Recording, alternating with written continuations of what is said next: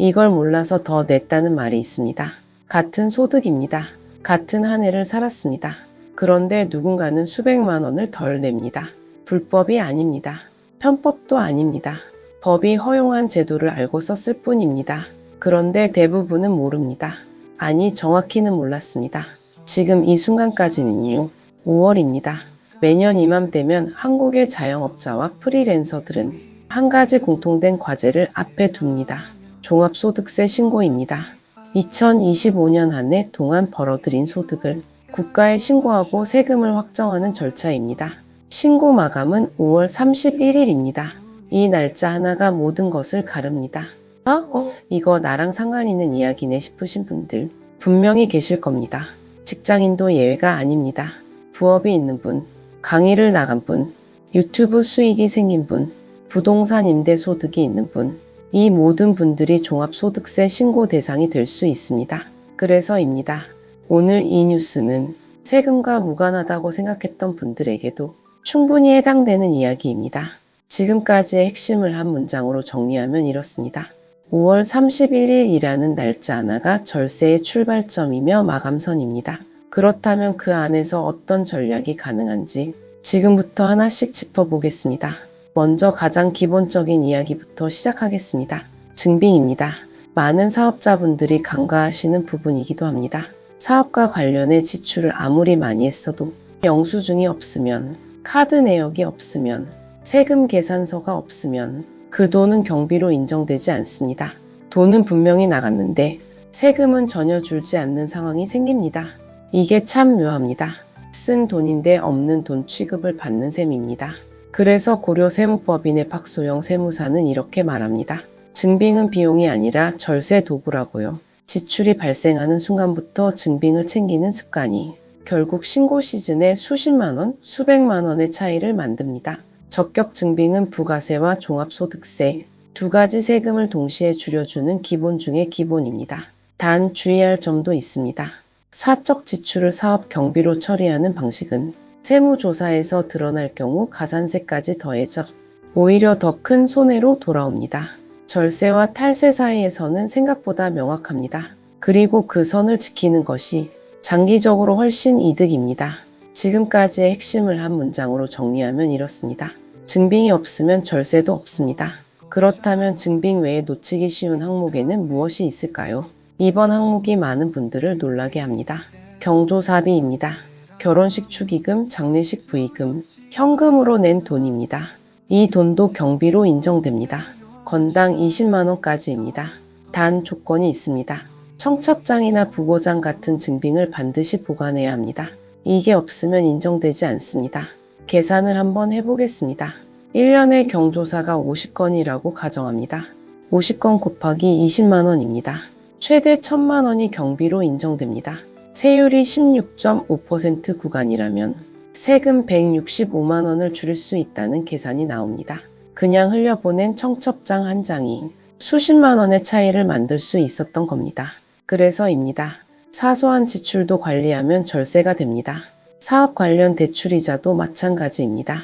필요 경비로 처리할 수 있는 항목인데 놓치는 경우가 상당히 많습니다. 이자 납부 내역서를 챙겨두셨다면 이번 신고에서 반드시 확인하시기 바랍니다. 지금까지의 핵심을 한 문장으로 정리하면 이렇습니다. 경조사비부터 대출이자까지 아는 사람만 쓰는 경비 항목이 따로 있습니다. 그렇다면 사업자라면 올해 가장 주목해야 할 항목은 무엇일까요? 고용입니다. 직원을 채용했다면 세액공제를 받을 수 있습니다. 직전 연도 대비 고용이 늘었을 경우 증가한 인원 1인당 최소 850만 원에서 최대 1,550만 원까지 세액공제가 가능합니다. 이건 소득에서 빼는 개념이 아닙니다. 세금에서 직접 빼는 구조입니다. 훨씬 강력합니다. 공제 금액은 조건에 따라 달라집니다. 수도권 외 지역에서 청년을 신규 채용했을 경우 1인당 1,550만 원입니다. 수도권에서 일반 근로자를 채용했을 경우 1인당 850만 원입니다. 직원 한 명 더 채용했을 뿐인데 세금이 수백만 원 달라질 수 있습니다. 그래서입니다. 채용 시기도 세금 전략의 일부입니다. 그리고 지금 이 시점에서 반드시 짚고 넘어가야 할 부분이 있습니다. 이 고용 관련 세액공제 제도는 2026년부터 내용이 달라집니다. 2025년 귀속분, 즉 이번 신고 기준이 현재 유리한 구간입니다. 채용 계획을 갖고 계신 사업자분이라면 이 변화를 먼저 확인하고 채용 시기를 결정하시는 것이 유리합니다. 지금의 선택이 내년 세금을 바꾸는 이유가 이것입니다. 지금까지의 핵심을 한 문장으로 정리하면 이렇습니다. 고용 증가는 최대 1,550만 원의 세액 공제로 이어지며 2025년 귀속분이 기준입니다. 그렇다면 올해 사업이 부진했던 분들은 어떻게 해야 할까요? 이 항목은 오히려 사업이 잘 안 된 분들에게 기회입니다. 2월 결손금 공제입니다. 이름이 어렵지만 내용은 단순합니다. 올해 적자가 났다면 그 손실을 미래로 넘길 수 있습니다. 최대 15년입니다. 앞으로 소득이 생겼을 때 그 손실만큼 차감할 수 있는 구조입니다. 지금의 적자가 미래의 절세 자산이 된다는 말이 단순한 위로가 아닌 이유입니다. 단 조건이 하나 있습니다. 장부 작성입니다. 장부를 기장하지 않으면 이 혜택은 원천적으로 받을 수 없습니다. 지금이라도 장부 관리를 시작해야 하는 이유가 바로 이것입니다. 직장인 이야기도 빠질 수 없습니다. 요즘은 N작 부업을 병행하는 분들이 많습니다. 강의료, 원고료, 방송 출연료 이처럼 비정기적으로 발생하는 기타 소득이 연 300만 원 이하인 경우에는 분리과세와 종합과세 중 유리한 방식을 선택할 수 있습니다. 어느 쪽이 유리한지는 전체 소득 규모에 따라 다릅니다. 여기서 헷갈린 분들 많습니다. 본인의 소득 구조를 먼저 파악하는 것이 선행돼야 합니다. 이 선택 하나로 수십만 원의 차이가 실제로 납니다. 지금까지의 핵심을 한 문장으로 정리하면 이렇습니다. 적자도 부업 소득도 구조를 알면 절세 도구가 됩니다. 그렇다면 금융상품 측면에서는 어떤 전략이 있을까요? 연금저축입니다. 연간 600만 원까지 납 200에 최대 16.5%를 세액 공제 받을 수 있습니다. IRP, 즉 개인형 퇴직연금과 합산하면 최대 900만 원까지 공제가 가능합니다. 900만 원을 채워 납입했을 경우 세율 16.5% 기준으로 계산하면 세금에서 직접 148만 5천 원이 줄어듭니다. 이건 투자 수익이 아닙니다. 납입 자체로 확정되는 절세입니다. 그래서입니다. 연금저축은 투자가 아니라 구조입니다. 올해 바뀐 항목도 확인이 필요합니다. 자녀세액 공제입니다. 2025년 귀속분부터 공제 금액이 확대됐습니다. 8세 이상 기본 공제 대상 자녀 기준으로 첫째는 15만 원에서 25만 원으로, 둘째는 20만 원에서 30만 원으로, 셋째 이상은 30만 원에서 40만 원으로 늘어났습니다. 자녀가 2명인 사업자라면 작년 신고보다 20만 원을 추가로 줄일 수 있습니다. 아는 것과 모르는 것의 차이가 이렇게 구체적인 금액으로 나타납니다. 고가주택 관련 항목도 올해부터 신설됐습니다. 기준시가 12억 원을 초과하는 고가주택을 두 채 보유한 경우 전세보증금에 대한 간주임대료 과세가 이번 신고부터 적용됩니다. 해당되는 분들은 반드시 확인이 필요합니다. 2026년부터 달라지는 항목도 미리 파악해 두셔야 합니다. 9세 미만 또는 초등학교 2학년 이하 자녀인 예능학원, 체육시설 교육비도 세액 공제 대상에 포함됩니다. 자녀의 소득 요건도 폐지돼 공제 범위가 넓어집니다.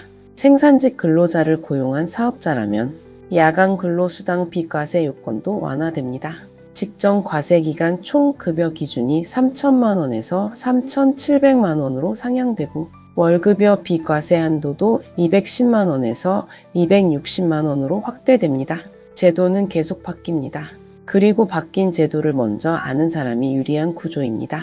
지금까지의 핵심을 한 문장으로 정리하면 이렇습니다. 올해 바뀐 자녀 공제부터 내년 달라지는 제도까지 변화를 아는 것이 절세의 시작입니다. 그런데 정말 중요한 포인트는 사실 지금부터입니다. 가상자산 이야기입니다. 비트코인, 이더리움, 각종 알트코인, 수차례 연기됐던 가상자산 소득 과세가 드디어 시행 시점이 확정됐습니다. 2027년 1월 1일부터입니다. 더 이상 미뤄지지 않습니다. 가상자산을 양도하거나 대여해서 발생한 소득이 과세 대상이 됩니다. 지금 당장 세금을 내야 한다는 이야기가 아닙니다. 그러나 지금부터 거래 내역을 체계적으로 관리해 두지 않으면 2027년이 됐을 때 과세 기준을 소명하기 어려워집니다. 준비는 지금부터입니다. 그런데 오늘 이 뉴스에서 진짜 하고 싶은 이야기는 여기서부터입니다. 문제는 이게 아닙니다. 모두가 놓친 진짜 포인트는 따로 있습니다. 우리는 이 모든 항목을 하나하나 살펴봤습니다. 경조사비, 고용, 세액공제, 2월 별송금, 연금저축, 자녀공제. 하나하나 보면 대단해 보입니다. 그런데 사실 이 항목들은 법이 허용한 범위 안에 있는 내용들입니다. 새롭게 만들어진 것도 아닙니다. 어떤 특별한 사람만 접근할 수 있는 것도 아닙니다. 새 법에 명시된 제도들입니다. 그럼에도 많은 분들이 활용하지 못합니다. 이유는 하나입니다. 몰랐기 때문입니다. 같은 소득을 올린 두 사람이 있습니다. 한 사람은 제도를 알고 신고합니다. 한 사람은 모르고 신고합니다. 결과는 같은 해 같은 소득인데도 수십만 원에서 수백만 원의 차이가 납니다. 이건 개인의 능력 차이가 아닙니다. 정보의 차이입니다. 세금이라는 것은 사실 이중적입니다. 국가가 정한 의무인 동시에 국가가 설계한 제도 안에서 관리할 수 있는 여지이기도 합니다. 납세는 의무입니다. 그러나 납부 방식을 최적화하는 것은 납세자의 권리입니다. 박소영 세무사가 강조한 표현이 이것입니다. 절세는 탈세가 아니다. 법이 허용하는 공제를 빠짐없이 챙기는 것이 납세자의 당연한 권리라고요. 이 문장이 오늘의 핵심입니다. 더 큰 흐름을 봐야 합니다. 개별 항목의 문제가 아닙니다. 더 본질적인 이야기입니다. 세금은 버는 순간에 결정되는 것이 아닙니다.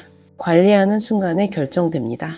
어떤 증빙을 챙겼는지, 어떤 공제를 알고 있었는지, 언제 채용하고 언제 납입했는지 이 모든 행동들이 축적되어 신고서 한 장에 담깁니다. 그리고 그 차이가 누군가에게는 수백만 원입니다. 절세는 기술이 아닙니다. 습관입니다. 특별한 기술을 가진 사람이 하는 것이 아니라 정보를 알고 꾸준히 관리하는 사람이 하는 것입니다. 그래서입니다. 오늘 이 뉴스가 단순한 세금 정보 전달에서 끝나지 않아야 하는 이유가 이것입니다. 지금까지의 핵심을 한 문장으로 정리하면 이렇습니다. 세금은 버는 순간이 아니라 관리하는 순간에 결정되며 절세는 정보를 아는 사람의 권리입니다. 이제 마무리입니다. 오늘 우리는 꽤 많은 이야기를 했습니다. 5월 31일이라는 마감선, 증빙의 중요성, 경조사비부터 고용 세액공제까지 2월 결손금, 연금저축, 자녀공제, 바뀐 제도와 앞으로 바뀔 제도, 그리고 가상자산 과세의 현실화. 이 모든 내용이 사실 하나의 메시지로 수렴됩니다. 돈보다 중요한 것은 구조입니다. 얼마를 버느냐보다 어떻게 관리하느냐가 장기적인 자산의 크기를 결정합니다. 그리고 그 관리의 출발점 중 하나가 바로 세금입니다. 이제 질문 하나 드리겠습니다. 지금 내 세금은 내가 관리하고 있는 돈일까요? 아니면 그냥 빠져나가는 돈일까요? 이 차이가 앞으로의 자산을 결정할 수도 있습니다. 다음 영상에서는 퇴직연금, IRP, ISA를 어떻게 조합해야 세금을 줄이면서 노후까지 준비할 수 있는지 함께 살펴보겠습니다. 구독과 좋아요는 한 번 더 생각해 보게 만드는 힘이 됩니다. 오늘도 행복한 하루 되세요. 감사합니다.